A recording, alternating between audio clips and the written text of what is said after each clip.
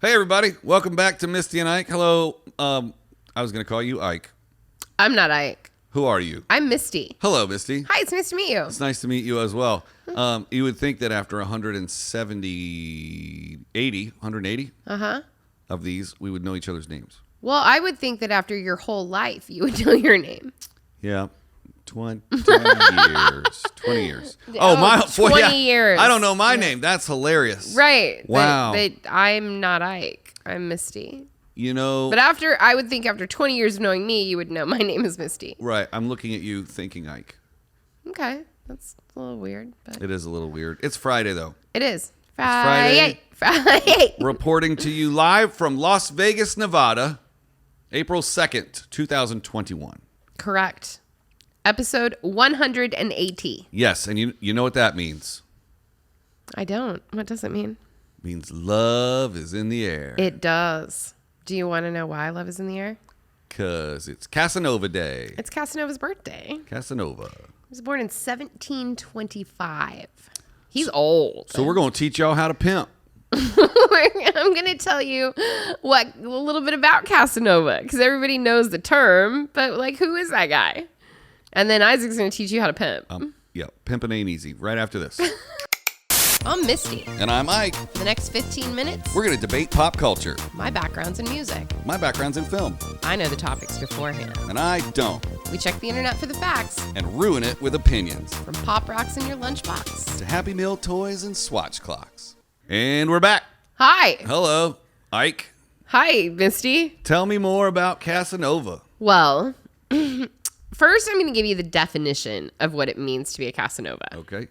And for those of you just listening, we're popping it on the screen here. We are. So you can read it with your braille fingers. A man known for seducing women and having many lovers. That is what a Casanova is. Continue. We've There's used more that to terminology for a long time. What do you think he is? Some kind of Casanova? Well, what does true. that even mean? So, Casanova was a dude. He was best known as one of the most famous lovers in history. But the Venetian was more than a womanizer. He was a scam artist, an alchemist, a spy, and a church cleric. Church cleric. He wrote satires, fought duels, and escaped from prison more than once. What an adventurous fella. That's what he's been come to known as the Italian writer and adventurer and lover. So I like the fact that he is an adventurer and a lover. Love should be adventurous. It should be, yes, I agree. I have here on the internet on mentalfloss.com. Tell me about what you have on the internet. The 13 dating pointers that we can learn from Casanova.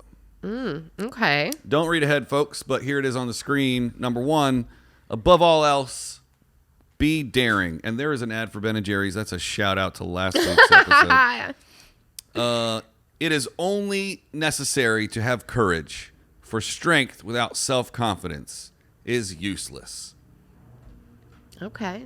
I'm getting that tattooed on my face. I don't think you should get any tattoos on your face. This is not my face. I don't know. I was like, I don't know what's happening. But don't get that on your face. Okay. I think it's a bad idea. Do you want me to go into number 2, or do you have another fact about Casanova? Well, I'm going to tell you a little bit about him. He was super smart. He entered college at the age of 12. Yeah. 12. At the age of 12. The University I'm like, of yep, that sounds Padua. about right.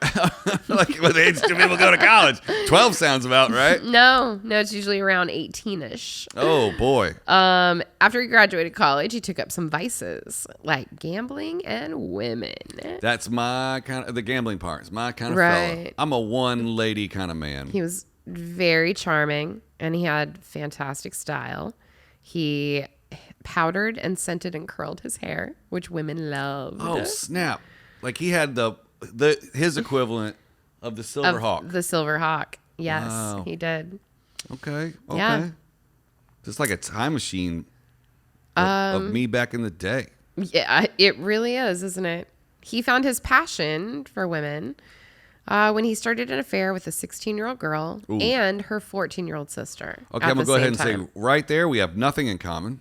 And Well, no, I think he was still young. You have to remember, if he went to college when he was 12, he graduated when he was 16. So maybe this was just a year or two later. That's not you know. I mean, if he was their age at that time. And things were very different then. Acceptable. Like, yeah. But if he was grown like me, that ain't cool. Yeah, no, that's not cool at all. No. How about this? I'm going to do my second one. Do it. Tell me Casanova's dating tips. Number 2, be mysterious. Well, that's a pretty good one. The woman who, showing little, succeeds in making a man want to see more has accomplished 3/4 of the task of making him fall in love with her. For is love anything else than a kind of curiosity? I really like that quote. Make him want more. Keep him wanting more. That's a really great quote. There's a bunch of folks on the internet that could learn that lesson right now. Because y'all up out there showing your whole butt, and that's dudes and girls. Showing your whole butt. Y'all, we don't need to see all that. We don't. Like, put on some pants. That's a gender neutral statement right there too. That's guys and girls. It goes across the board, definitely. Yep. Well, tell me another one of Casanova's dating tips. All right. There's more. This sounds like off-brand for him a little bit. There's more to life than physical attraction. Sounds like he was making out with some uggos. You know what? Sounds to me like he just liked to get it wherever he could. Well, beauty without wit offers nothing but the enjoyment of its material charms, whilst witty ugliness captivates by the charms of the mind, and at last fulfills all the desires of the man it has captivated. Can you break that down for me? Because I don't understand them combo words. Well, I think what he's saying is that beauty fades, and that if you fall in love with someone for their mental and maybe their humor, their mind, that lasts, and that you'll be captivated for life by that, versus falling in love with physical beauty, which will fade and you'll get bored with. Or is it saying just because you found a hottie, it ain't enough? You need a hottie with a mind. I think that it also can parlay into that as well. Mm-hmm. And I also think it can parlay into maybe you find different things attractive at different points in your life, and that there'll be one thing that will captivate you that'll keep you forever. And it may not be physical beauty. That's interesting. Yeah. Yeah. Okay. I like to believe that's out there. You want number 4? I do want number 4. Number 4 says, don't kid yourself. You probably can't control your physical desires. Oh, I do not like this. Okay. The man who has sufficient power over himself to wait until his nature has recovered its even balance is the truly wise man. But such beings are seldom met with. Thus, verily, I saith, that I don't understandeth most of what he saith. I don't think I understood that either. Okay. I like when I read it initially, or when you read it initially, I thought that he was saying you're not in control of what you want. I think he admires someone who can abstain from giving in to their worldly pleasures. I think so too. And he believes that very few men have that ability because he didn't possess that ability. Right. Isn't it funny that when you can't do something or you don't have a quality, you don't think anyone else can? You don't think anybody else can do it. Yeah. Like for me, I'm not good at basketball, so it's really hard for me to believe that anybody's good at basketball. There's a lot of people that are good at it though. Shout out Nick, who clearly admits freely to everyone that LeBron is not the best basketball player of all time. I would like to take this moment during Casanova Day to give a special shout out to Misty's mom. Oh my, what are you doing? It just feels appropriate. Hey, why are you Casanova'ing my mom? I'm just sending a very special platonic friendly hello to one of our favorite viewers and listeners, Misty's mom. Is this because I told you that I think my mom has a crush on you? It has nothing to do with that. That would be inappropriate. I'm just saying that we like to shout out some of our favorite viewers and listeners from time to time. So, are you trying to slide into my mom's DMs? No. Nope. Okay. Look at this face, everybody. You leave my mom alone. You leave my mama alone. You leave my mom out of this. All right. My mom is a big fan of Isaac's. Big fan. Big fan. Big fan. She apparently watches our show, so she watches her daughter's show so she can see Isaac. Well, welcome back to the Ike program, everybody. I don't know what to tell you, except number 5, be free. I will begin with this confession.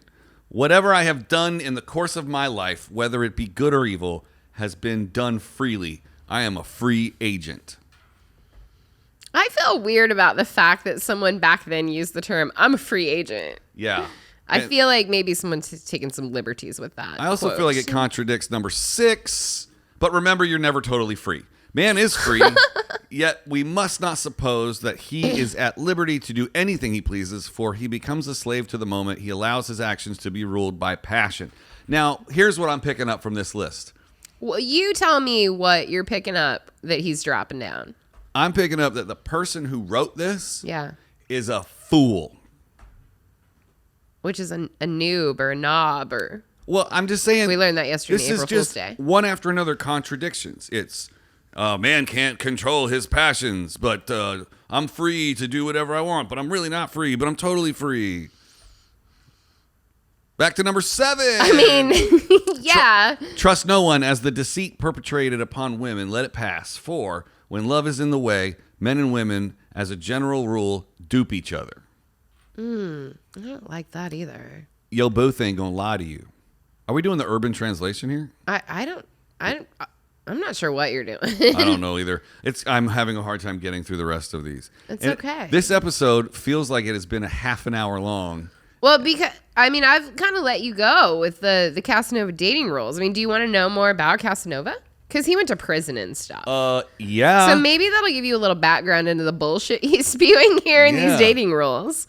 Let's go, man. Look at this. Okay. Look at this left-handed switch right here. What? Drinking coffee during the show?